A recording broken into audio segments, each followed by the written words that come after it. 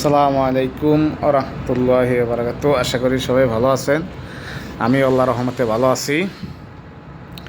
দুঃখজনক হলেও সত্য যে ভিডিওর ভিতরে দেখলাম যে ধানমন্ডি ৩২ নাম্বারের সামনে থেকে একজন ছাত্র শিবিরের ভাই যাইতেছিল, ওখানে তাকে অতর্কিত হামলা এবং মারধরের শিকার হয়েছেন। উনি কোনো রাজনৈতিক পরিচয় ওখান থেকে যাননি। উনি ওনার মতো ওনার বাসায় যাইতেছিলেন রীতিমতো। তবে ওখান থেকে যাওয়ার সামনে থেকে উনি বলতেছেন যে ওনাকে মারধরের শিকার হয়েছেন। ওখানে কিভাবে তাকে মানে তারা আওয়ামী লীগ সন্দেহ করে ওখানে তাদের মারধর করছে। এটা কেমন হইল না যে রাস্তায় দিয়ে একটা মানুষ হাইটে যায়, উনি তো মিছিল মিটিং বা অন্য কোনো কিছু তো উনি করেন নাই, বা দল পাকান নিয়ে বা কিছু না, উনি একাই যাইতে আছেন ওনার গন্তব্যস্থানে। তবে ওখানে কেন এভাবে মারধর হইল, কিসের জন্য?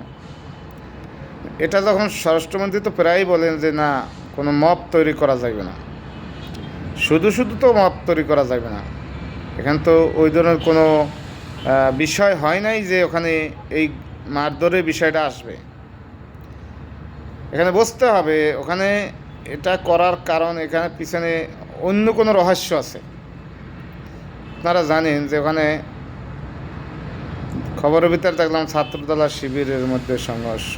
বিষয়টা আমি অন্যরকম দেখছি, কারণ তারা আওয়ামী লীগ বইলা একটা ছাত্র শিবিরকে এইভাবে অন্যায়ভাবে অতর্কিত মারধর, মানে পুরা করে ফেলেছে। মারে একবারে জামা কাপড় ছিঁড়ে শরীরে দাগ পরে ফুটে গেছে। এটা তো হইতে পারে না।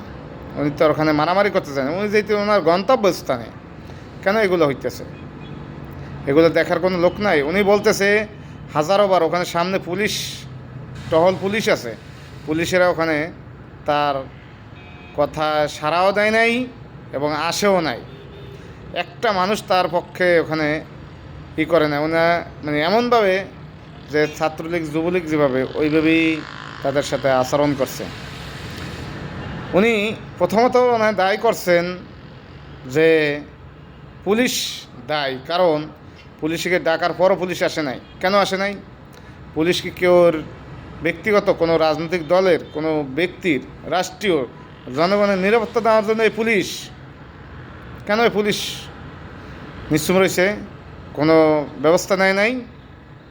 তবে এই বিচার এবং তদন্ত কইরা এই বিচার দ্রুত করা জন্য আমি স্বরাষ্ট্রমন্ত্রীর কাছে, স্বরাষ্ট্র উপদেষ্টার কাছে রিকোয়েস্ট জানাব।